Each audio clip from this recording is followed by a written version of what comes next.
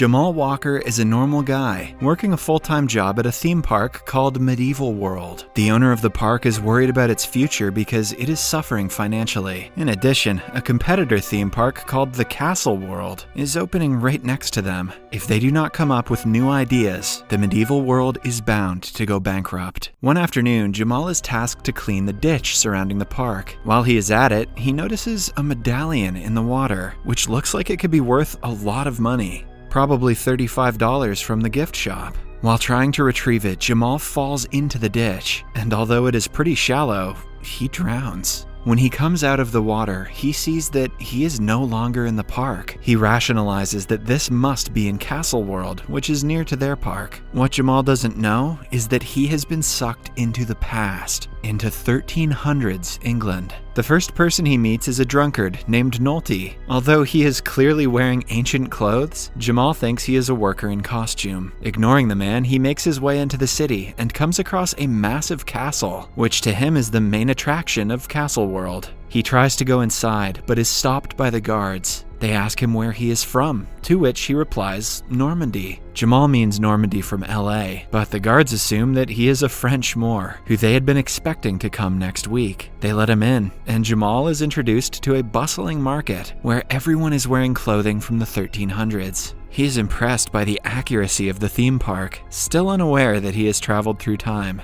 Suddenly, his eyes land on a beautiful girl named Victoria. Jamal approaches her to shoot his shot, but they are interrupted by the cruel Commander General, Percival. He acts like he owns all the women in the town, just because he is a royal guard. Hence, his ego is hurt when he gets a bit too close to Victoria, and Jamal stops him. He threatens to complain to the manager about the misconduct. Percival pulls out his sword on him, but Jamal thinks it is fake and surprises everyone with his bravery. Following that, he meets a stranger who brings him to the king at his request. The king has arranged a marriage between his daughter Regina and the Duke of Normandy. He thinks Jamal is a messenger and inquires when the Duke is going to be here. A confused Jamal plays along and randomly names a date. Later that day, he is taken outside to witness an execution. He is excited, thinking that they are just actors playing along with the theme. The execution goes smoothly, but when Jamal picks up the decapitated head of a rebel, his world changes. He is so in shock that he falls unconscious without saying a word. When Jamal wakes up, he finds himself in his room with Victoria. He is wearing the medallion that he found in the ditch, which makes her believe he is one of her people. She shows him her medallion, which is similar to his. Turns out the medallion is a symbol of the rebellions, who are tired of the king's cruel judgment system. He has dethroned the former queen unfairly and has killed many innocents for criticizing his rule. The group of rebels want to kick him out of the kingdom and bring the former queen back into power. Still confused, Jamal asks her what date it is and finds out it is 1328 AD. He freaks out and wants to return to his own time, but doesn't know how. They are then interrupted by a guard who invites them for a horse riding adventure. Because of Jamal's lack of knowledge about horses, he amuses everyone with his horse riding technique. Even the king enjoys the show and then invites him to a royal dinner that night.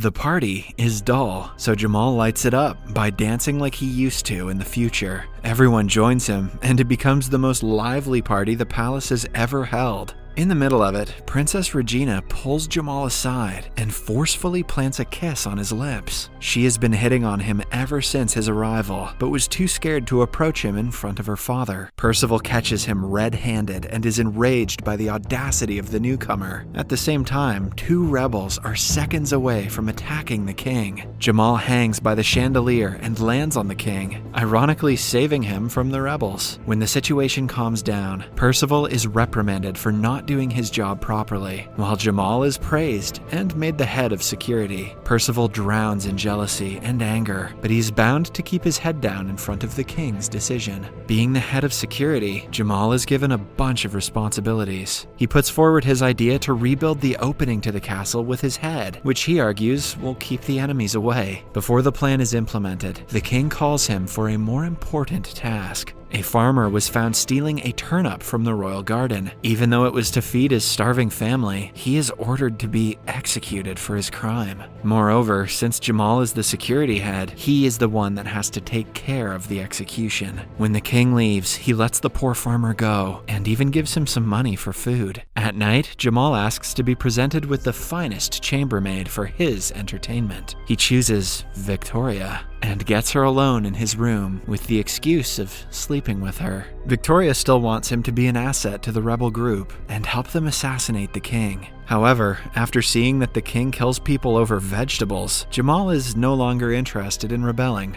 Victoria is disappointed, but he argues that he is just not the man for the job. She calls him a coward and leaves. At midnight, a woman comes into Jamal's room and makes love to him. He thinks it is Victoria and doesn't protest. The next morning, the real messenger from Normandy arrives, and the king finds out Jamal has been lying to them. He, the messenger, and the guards barge into Jamal's room and find him naked, with Princess Regina by his side. Percival accuses him of forcefully deflowering the princess. Jamal argues that someone had already got to the princess's flower before him, but no one listens. The messenger calls off the wedding because Regina is no longer fit to be a duchess. As a result of the chaos, Jamal is thrown into the dungeon and arraigned for execution with the two rebels who attempted to assassinate the king. In the dungeon, Jamal makes friends with the rebels who have already accepted their death. They tell him the story of the Black Knight, a revolutionary warrior. It is believed that the knight could not be bribed with all the money in the world and would fight vigorously for justice. In one of the battles, he was swallowed whole by a dragon. However, with the help of a sword of gold, he cut himself from the belly and killed the beast. After the incident, he could even breathe fire like a dragon itself. The next day, the trio is brought in front of the crowd to be executed. In a moment of panic, Jamal tells people that he is a wizard from the future who has the power to burn everyone. He tries to prove his point by using a lighter, but it doesn't work.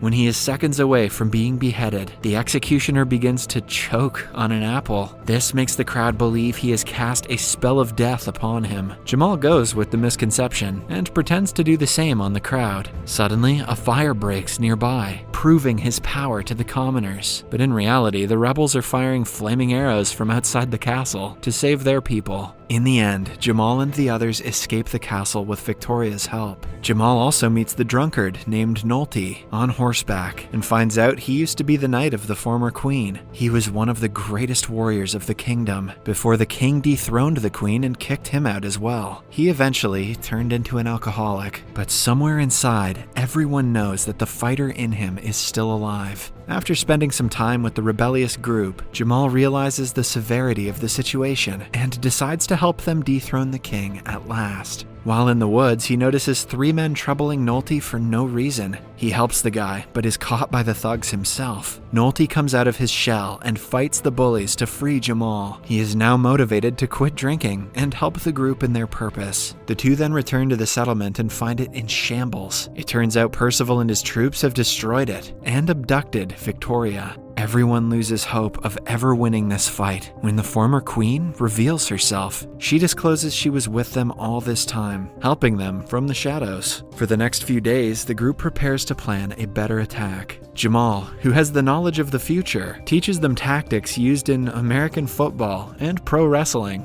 This gives the unarmed rebels a means to battle when the time comes. He himself learns some basic sword fighting techniques from Nolte. Then, the day of the attack finally comes. The group prepares itself and gets ready to fight with their lives. Nolte leads them to the castle, but in only a few minutes they are completely surrounded by guards under Percival's order. They are outnumbered and pushed back. Then, to everyone's surprise, the battlefield is invaded by the Black Knight himself. He makes a grand entrance, urging the guards to run away from him. Not only that, but he also breathes fire out of his mouth. The rebels finally think they are about to win, but that is until the Black Knight falls off his horse, revealing that he is none other than Jamal himself. Percival is about to end his life when Nolte comes to his rescue and fights the guard. Following that, a fierce battle ensues between the two parties. Using the techniques that Jamal taught them, the commoners are able to trick and defeat many guards. Amidst the battle, the king runs to Percival and begs him to bring him to safety. Percival sees him as a weak and unworthy leader. Hence, when the king tries to give him an order, he in turn orders him to shut up and pushes him off the castle into the moat. The fight seems to be shifting to the side of the rebels until Percival shoots a longbow at Nolte and hurts him gravely. After that, he takes Victoria hostage. Jamal bolts to her rescue and uses the technique taught by Nolte to fight. Percival is surprised and tries his best to stay his ground, but in the end, Jamal wins and manages to rescue Victoria. As he is picking her up, Percival stands up again, getting ready to kill Jamal once and for all. However, he is shot dead by Nolte, who is still alive on the battlefield. In the end, the rebels become the victors, and Jamal turns into everyone's hero. A few weeks later, it is time for him to return home. He wishes Victoria goodbye and leaves her with one last kiss. Before departing, the queen awards him as the Black Knight of the Kingdom.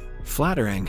Racist, but flattering. A while later, Jamal wakes back up in the 2000s, surrounded by a paramedic and his colleagues from the theme park. They disclose that he drowned in the ditch and was saved, but has been unconscious ever since. The rational way to describe his experience would be to call it a dream, but Jamal knows it wasn't that. Before he went into the past, he wanted to leave his job, to transfer to the castle-themed park, where he could make more money. But now, his attitude has changed. Because he knows almost everything about the medieval world, he offers his ideas to the owner and makes the theme park more on theme. That's the corporate attitude, Jamal. It becomes a huge success that overshadows the castle world's opening. 6 weeks later, Jamal is taking a stroll in the park when he comes across a woman named Nicole who looks exactly like Victoria. Nicole comments that he looks familiar, and the two start a conversation. They feel the sparks between them, but Nicole has to leave because of her nephew. Suddenly, Jamal remembers to ask for her number and runs behind her, but while trying to catch up, he falls into the ditch again. This time, he wakes up in the Colosseum of ancient Rome, about to be devoured by lions. Unfortunately, this movie got slammed by critics, and it never got a sequel, so Jamal probably died. Subscribe for more videos like this, turn on notifications, and leave a like to help the channel out. Thank you for watching.